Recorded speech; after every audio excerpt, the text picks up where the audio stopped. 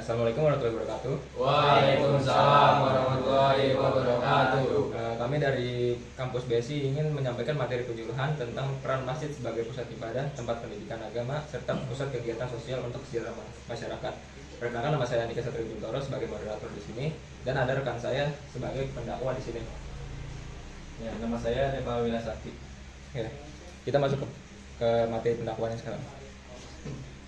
Baik, Assalamualaikum warahmatullahi wabarakatuh. Waalaikumsalam warahmatullahi wabarakatuh. Innalhamdulillah, nahmaduhu wa nasta'inuhu wa nastaghfiruh wa na'udzubillahi min shururi anfusina wa min sayyiati a'malina may yahdihillahu fala mudhillalah wa may yudlilhu fala hadiyalah. Asyhadu an la ilaha illallah wahdahu la syarika lahu wa asyhadu anna Muhammadan abduhu wa rasuluh la nabiyya ba'dah. Allahumma shalli ala sayyidina Muhammad wa ala ali sayyidina Muhammad. Baik, saya akan menyampaikan peran masjid sebagai pusat ibadah, pendidikan agama, serta pusat kegiatan sosial untuk kesejahteraan masyarakat, dan juga mempromosikan kerjasama antar toleransi umat beragama. Oke, yang pertama kita akan bahas dulu apa sih masjid itu. Oke. Nah, masjid ini berasal dari kata sajadah atau sujud ya, yang berarti patuh, taat, serta tunduk dengan penuh hormat dan ta'zim. Nah, kata masjid ini diulang-ulang dalam Al-Quran sebanyak 28 kali. Nah, meletakkan dahi, kedua tangan lutut, dan kaki bumi yang kemudian dinamai sujud oleh syariat adalah bentuk lahiriah yang paling nyata dari makna-makna di atas. Itulah sebabnya mengapa bangunan yang dikhususkan untuk melaksanakan sholat dinamakan masjid, yang artinya tempat bersujud. Nah, masjid ini punya dua arti, ada arti umum dan arti khusus. Masjid dalam arti umum adalah semua tempat yang digunakan untuk sujud. Karena itu kata Nabi SAW, Tuhan menjadikan bumi ini sebagai masjid. Sedangkan masjid dalam pengertian khusus adalah tempat atau bangunan yang dibangun khusus untuk menjalankan ibadah, terutama sholat berjamaah. Nah, beberapa daerah masjid ini sering disebut sebagai mushola atau langgar atau surau. Nah, masjid sebagai pusat ibadah, masjid merupakan tempat ibadah utama bagi umat Islam. Dalam konteks ini, penyuluhan dapat menggarisbawahi pentingnya masjid sebagai tempat untuk melaksanakan sholat 5 waktu, ibadah Jumat, tarawih di bulan Ramadan, dan ibadah-ibadah lainnya. Seperti yang ada di surat Al-Baqarah ayat 21. A'udzubillahi minasyaitonirrajim. Ya ayuhan nasu ubudu rabbakumul ladzi khalaqakum wal ladzina min qablikum la'allakum tattaqun. Yang artinya, wahai manusia, sembahlah Tuhanmu yang telah menciptakan kamu dan orang-orang sebelum kamu, agar kamu bertakwa. Quran surat Al-Baqarah ayat 21. Lalu masjid tempat pendidikan agama. Masjid juga berperan penting terhadap pendidikan agama Islam. Disinilah umat Islam dapat belajar tentang ajaran-ajaran Islam, Al-Quran, hadis, dan juga sejarah Islam, dan berbagai aspek lainnya yang berkaitan dengan agama. Seperti dalam Quran surah Al-Imran ayat 18. A'udzubillahi minasyaitonirrajim. Syahidallahu annahu la ilaha illa huwa wal malaikatu wa ulul ilmi qaimam bil qist.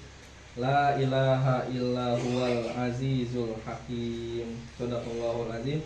Yang artinya, Allah menyatakan bahwasannya tidak ada Tuhan melainkan Dia yang berhak disembah, yang menegakkan keadilan. Para malaikat dan orang-orang yang berilmu juga menyatakan yang demikian itu. Tak ada Tuhan melainkan Dia yang berhak disembah, yang maha perkasa lagi maha bijaksana. Lalu selanjutnya adalah masjid sebagai pusat kegiatan sosial untuk kesejahteraan masyarakat. Masjid juga berfungsi sebagai pusat kegiatan sosial yang berkontribusi pada kesejahteraan masyarakat. Penyuluhan dapat menggarisbawahi peran masjid dalam menyelenggarakan berbagai kegiatan sosial seperti bakti sosial, pemberian bantuan kepada yang membutuhkan, penggalangan dana untuk kegiatan amal dan sebagainya. Seperti yang disebutkan dalam Al-Quran surat Al-Baqarah ayat 267. A'udzubillahi minasyaitonirrajim. Ya ayyuhallazina amanu anfiqu min thayyibatin bima kasabatum wa mimma akhrajna lakum minal ard wala tayammamul khabitha minhu tunfiquna walastum biakhidhi illa an tu'minu bih wa'lamu annallaha ghaniyyun hamid. Shadaqallahul azim, yang artinya, wahai orang-orang yang beriman, infakkanlah sebagian dari hasil usahamu yang baik-baik dan sebagian dari apa yang kami keluarkan dari bumi untukmu. Janganlah kamu memilih yang buruk untuk kamu keluarkan, padahal kamu sendiri tidak mau mengambilnya, melainkan dengan memicingkan mata enggan terhadapnya. Dan ketahuilah bahwa Allah Maha Kaya, Maha Terpuji. Keberadaan masjid di tengah masyarakat secara fisik jelas merupakan salah satu pusat kegiatan keagamaan masyarakat yang sangat penting. Selain itu, kehadiran masjid akan ikut serta membendung upaya agama dan keyakinan lain untuk mempengaruhi keyakinan atau akidah. Lalu masjid sebagai memasyarakatkan kerjasama dan toleransi antar umat beragama. Salah satu aspek penting dari peran masjid adalah mempromosikan kerjasama dan toleransi antar umat beragama. Masjid dapat menjadi tempat untuk membangun dialog antar umat beragama, memperkuat hubungan antar umat beragama, dan memperkuat rasa persaudaraan antar sesama manusia. Penyuluhan dapat menekankan bahwa Islam mengajarkan perdamaian, toleransi, dan menghormati perbedaan.